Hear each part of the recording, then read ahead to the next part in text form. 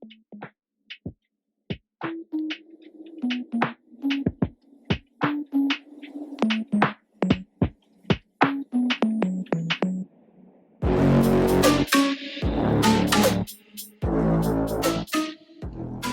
guys, it's Megan from Vigilante Vibes, and I am here with another character breakdown. And today I want to talk about a mutant that I cannot believe I have not talked about before.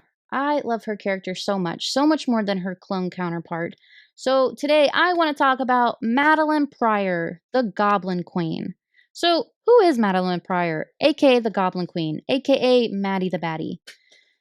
Maddie first appeared in Marvel Comics in Uncanny X-Men number 168 in 1983 and was created by Chris Claremont and Paul Smith. Back in the 80s, the X-Men were dealing with the loss of Jean Grey after the whole Dark Phoenix saga, that whole thing. Taking advantage of the chaos, Nathaniel Essex, aka Mr. Sinister, introduced Scott Cyclops Summers to Madelyn Pryor, a clone of Jean, hoping to create the ultimate mutant.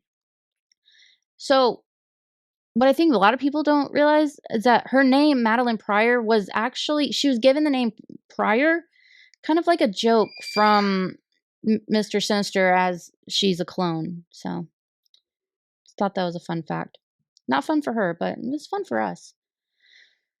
But things went sideways, and all that pain twisted Madelyn into the deadly Goblin Queen. Now, as she takes control of Limbo and leads the Dark X-Men in 2023, it's worth diving into her tragic and villainous past. When Maddie the Baddie showed up in 1983's Uncanny X-Men number 168 as a pilot working for North Star Airways, a company owned by Scott's grandparents, Scott met her while visiting his grandparents in Alaska and was immediately struck by how much she looked like Jean, who had apparently died. Which is all right. Soon after, Scott and Madelyn started dating. Even though he cared for her, Scott couldn't shake the feeling that something was off. He wondered if she might actually be Jean or even the Phoenix Reborn. And there was reasons to be suspicious. Madelyn said that she was the only survivor of a plane crash on the same day Jean died. And she didn't remember anything from before then. I'd say that's suspicious, Scott. Later, the villain Mastermind played on Scott's fears, making it seem like Madelyn was the Phoenix back from the dead. But once the X-Men defeated Mastermind and broke through his illusions, Scott realized his doubts were wrong. Madelyn was just a regular woman. No mutant, no Phoenix powers involved. Eventually, Scott and Madelyn got married, and he stepped away from the X-Men to settle down with her in Alaska. But even in retirement, adventure still found them. Madelyn briefly became a superhero called Anodin after Loki gave her healing powers. Around that time, she also found out she was pregnant. Scott didn't handle retirement well, though, and kept getting pulled back into the X-Men missions. That put a serious strain on their relationship, especially when Madelyn had given birth to their son, Nathan Summers, aka Future Cable, alone while Scott was off on a mission. Tired of being second in his superhero life, she asked him to retire for good. Instead, Scott got into a fight with Storm over who would lead the X-Men in Professor X's absence. Madelyn, still unawakened psychic powers, may have subconsciously influenced the fight because Scott lost, and the two headed back to Alaska. But Scott's break from superhero life did not last, because it never does. When Jean Grey came back from the dead, he left both Madelyn and baby Nathan behind to reunite with her and form the X Factor.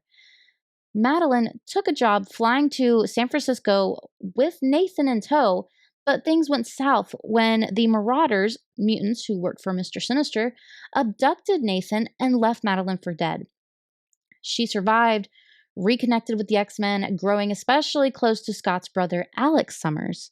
I guess the appeal is in the Summers family. While staying with the X-Men at their base in Australia, Madelyn witnessed Scott and Jean together, which pushed her over the edge. She passed out from the emotional blow while unconscious. A demon from Limbo named Sim began tormenting her with visions of Scott's betrayal and abandonment. Broken by everything she'd gone through, Madelyn made a deal with a demon to help her find her son. In doing so, she unlocked powerful psychic abilities, and combined with her newfound skills in dark magic, she summoned goblins and demons and transformed into the Goblin Queen we all know and love. Not long after her powers, Madeline tracked down Mr. Sinister at his lab, and that's when the truth came out. He told her she was actually a clone of Jean Grey. After Jean died, the Phoenix Force entered Madeline and basically jump started her existence. Sinister had set the whole thing up, her meeting with Scott, their relationship, just so they could have a child he could later steal. Once Jean came back from the dead, Sinister tried to eliminate Madeline to keep his twisted plan under wraps. That revelation pushed Madeline over the edge. She had always struggled with being compared to Jean, and now she found out she actually was Jean, but just a copy, I guess. That breakdown kicked off the Inferno storyline, where Madeline teamed up with the demons of Limbo to invade Earth, which involved sacrificing her son Nathan. She also started an affair with Scott's brother Alex, who became the Goblin Prince. Eventually, Jean defeated her in battle, and when the Phoenix Force left Madeline, she died by her own hand. After that, Madeline was mostly gone, though psychic versions of her popped up occasionally around Nate Gray, aka X-Man, and Cable. Her first real attempt at coming back happened in the 2000s when she reappeared as the Red Queen of the Hellfire Cult. She later put together a new sisterhood of the mutants and tried to transfer her consciousness into Jean's body, since it was the only vessel strong enough to contain her powers.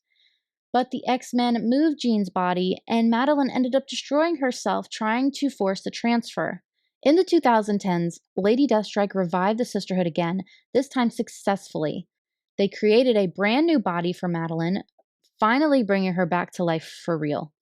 During the Dawn of X era, the Hellions stumbled upon Madeline in one of Dr. Sinister's labs, where she was torturing zombified versions of the Marauders.